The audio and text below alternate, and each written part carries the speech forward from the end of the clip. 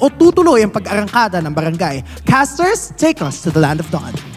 Nailabas na naman ang Gatot Kachak ng Smart Omega. Let's see kung gagana nga ba ito o ma-extend itong series ito into game number 3. Welcome sa ating game number 2. Kami nga pala ulit ang inyong mga kasama, Burrito, Ate mo Chantel. Let's go! Oh, alam mo, pagka weekend, ito yung isa sa mga inaabangan ko talaga pagdating sa MPL Philippines Season 14 eh. Kung ano kayo yung mga hero na makikita na naman natin na gagamitin. Kasi sigurado tayo na pag after ng week na to, gamit na naman ang mga hero na yan pagdating sa RG. Alam mo, nagsisigawan na naman dyan sa comment section yung mga Gatot main eh, di ba? Grabe, nagagamit na naman yung Gatot ko. Alam mo na yun, na-validate yung kagustuhan nila na gumaksent yan. Si Kuya Seth. Linawin ko lang, si Kuya Seth. And diretso agad tayo para sa ating game number 2. Ito na, wala nang patumpik-tumpik pa. Ano nga sinabi kanina ni Auntie Anera, kailangan ragasain. Ragasain. Kailangan ragasain na dito. Sakto meron ng mga river eh, rumaragasa. Talaga pa nagkataon. Well, speaking of river, napaka-importante na bantayan talaga yan. Early game, kung pwede mong hindi palagpasin yung kalaban para mag-long walk. Yep. Pagdating doon sa mga other areas of the lane, ay talagang mas mainam para sa inyo. And kapansin-pansin dito si Jom ay naka-basic common emblem. Yan na po ang mga bagong emblema no, para sa isang Moscow. Kasi nga naman, ayaw mo na maubusan ng mana. Kasi may hybrid regeneration yan eh. Tsaka makikita rin natin na nung isang araw, iba yung emblem ng Joy sa isang game. Pagdating sa isang match, yung ibang temporal. Tapos bigla naging Warcry. Naging Warcry. So, situational na po ang mga nangyayari ngayon. Tsaka depende na rin kung paano maglaro talaga ang isang player. At depende na rin dito sa mga XP rin kung paano magiging takbo ng ating turtle pagka, ayan. Yung ikot-ikot na yan, nakakadagdag yan ng ng damage. Okay, papasok nga ba sila dito? Habang ito na ang blacklist! Andoryu ang makukuha. First blood pa rin kay Perks. So napakaganda yan kasi sakto ay pwede rin kuhanin yung turtle. Tingnan natin kung madedelay dito ng Omega na nakapwesto rin si Chaknu para magbigay ng vision para sa buong barangay. Pero maganda pa rin ito kasi si Perks ang nakakuha ng kill na yon, hindi si MP, hindi si Haji. Pero may flicker na gagawin. Okay, so atras muna. So malinis sa pagkakakuha dito. Blacklist para sa unang turtle ng ating laban. So ito yung sinasabi natin na as much as possible, gusto mo na pagdating doon sa early, mauuna yung lineup dito ng Black para ma-speed up yung kanilang hero composition. Kasi di ba pinag-usapan natin kanina, medyo late ang lineup talaga na kanilang pinaghandaan dito. Sabi ng Blacklist, sige, natin, ragasain natin, quote-in-quote, no, mula dito kay Auntie Anera, yung gold para sa kanilang kupunan. Hindi pa ganito kalaki, hindi pa to super laki no, para sa Blacklist International. Pero magandang sign to na sila yung nakakakontrol kasi nga nakuha nila yung turtle, may additional shield din sila. So if ever na magkaroon ng team fight, at least makapapalag sila. Ito yung ginawa, nag-double lane. By the way, si Oheb sa middle lane, dinelay ni Jom kasi hindi niya muna hinit yung cart. So para medyo mapalalim at hindi siya mahihirapan na dumepensa doon sa may top lane. At speaking of top lane, makikita na nga doon si Oheb. Buhay pa rin. Pero papasok na nga dito si Chaknu, pero si Okira ay nandun sa ilalim ng torre. Ginamit yung flicker para mapayelo doon si Oheb. Marami silang kinumit doon pero sulit kasi nga naman gold laner at ang carry ang kanilang napuruhan doon sa laban na yun. Pwede sila makaplato pero yung dalawang member, actually tatlo ng Blacklist International ay magsiswing. Big rotation from Blacklist International. Apat na. Yung Shield, Haji, at yung Ara nandito rin. Lima sila dito Pero masakit na yung mga Ghost Bursters dito ni Haji. Kitang-kita natin yun. Pero nandun pala yung Seriota. Napapilit na gamitin na yung Purify. At papasok na nga dito si MP the King. Gagamitin doon yung kanyang Shadow Kill. Habang papasok na rin dito mga players ng Omega. Ginamit na rin dito yung Netherrealm ni Haji. More on box lang. Pinik.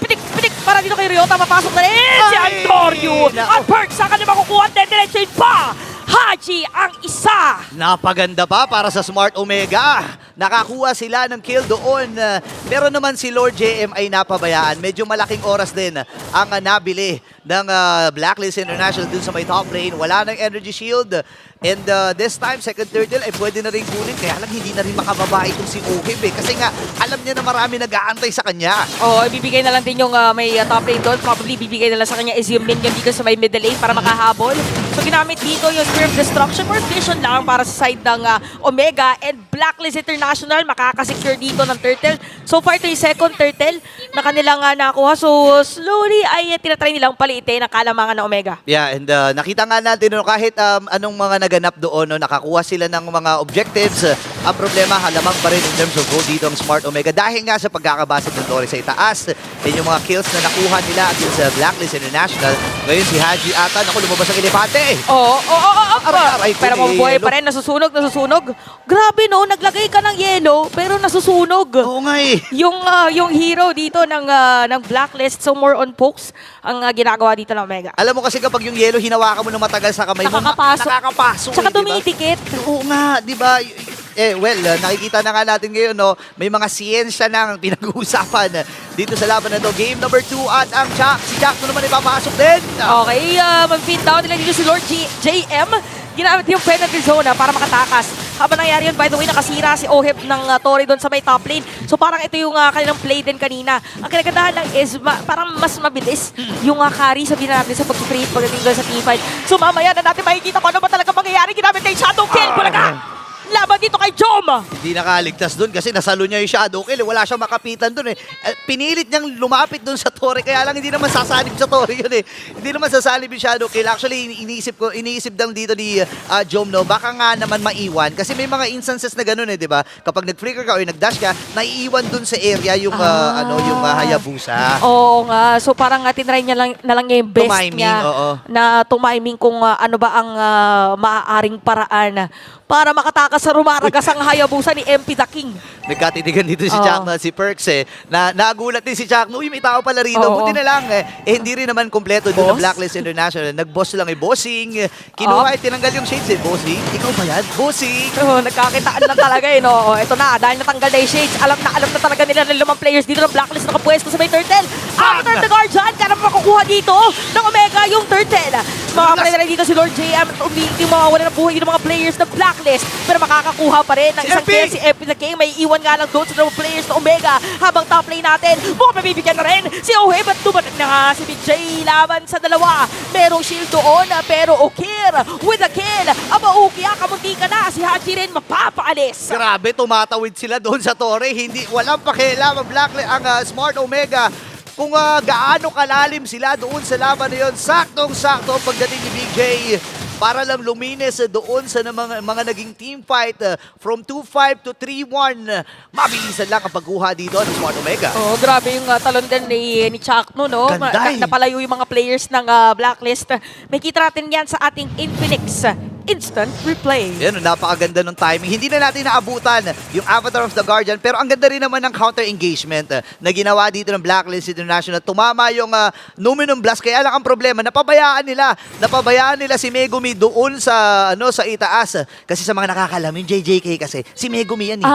Diba? Okay. Oo, yan, oo. So, kailangan ingatan si Megumi. Si Megumi. Si Megumi ang susi. Ayan, hindi ko na lang i-spoil yung JJK. Oo, susubukan mo. Anyway. Ano na? Blacklist International, depensa din. After R ay nandun at... Uy!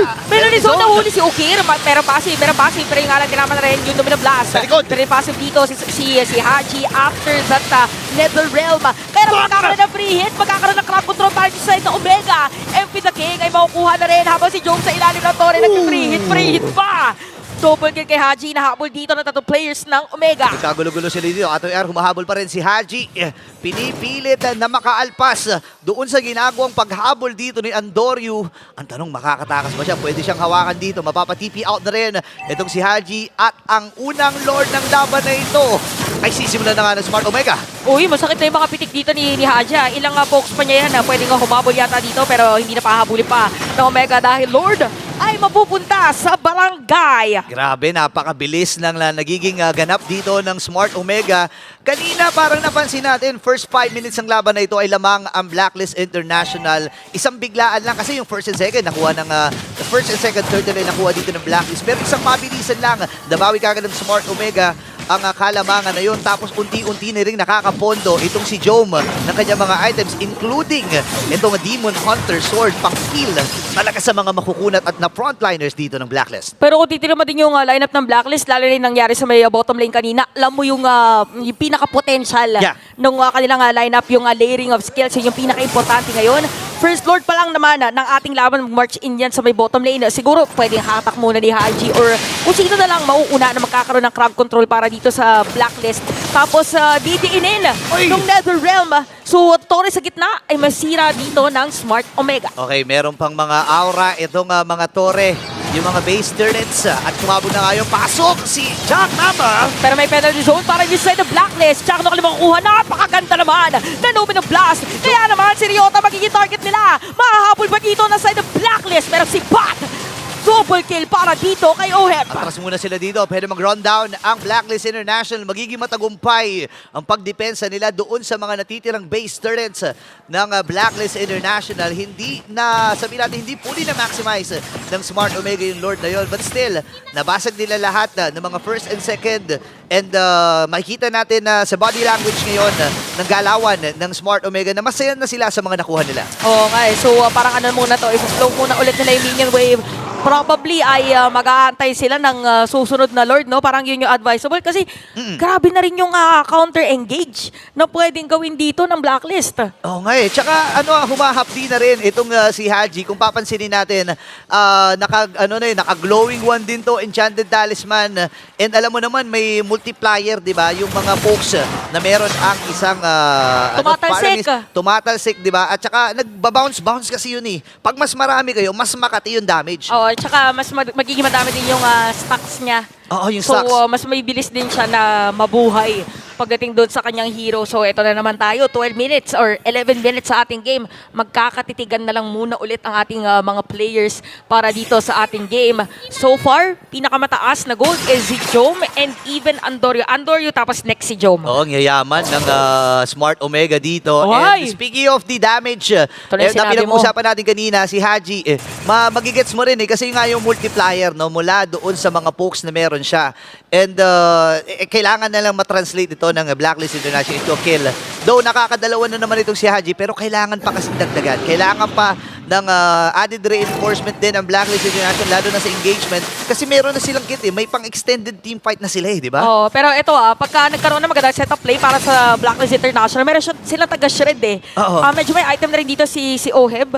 And meron tayong closer look at Gatot Kachak. Oo nga, no? 67% win rate doon sa tatlong laban na ginamit ito ni Jack Mamba. And yung mga statistics na nakita natin, magre-reflect talaga at kumbaga, yun yung nagiging definisyon na napapagana talaga itong Gatot Kacha, no? Oh, tsaka yung average down assist is 9.67. Grabe. So hindi pa outlier tong game na to kasi currently at 8. So tingnan natin kung madadagdagan pa yan. Pero si Chuck doon ay gagamitin na nga yung kanyang Avatar of the Guardian.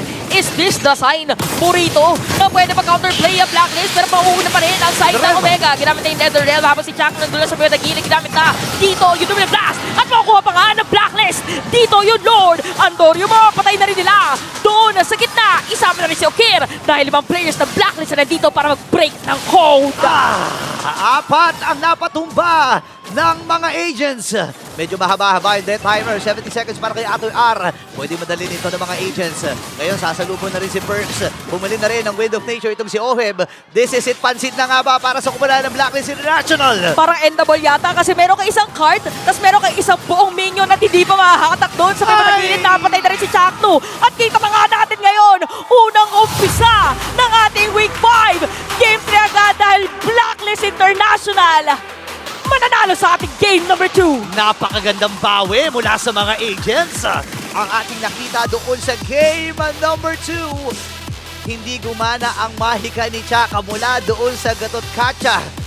At napakaganda rin ng mga counter-engagement na ipinakita at pinamalas dito ng Blacklist International. At malalaman pa natin lahat ng mga detalye na yan sa ating Infinix Game.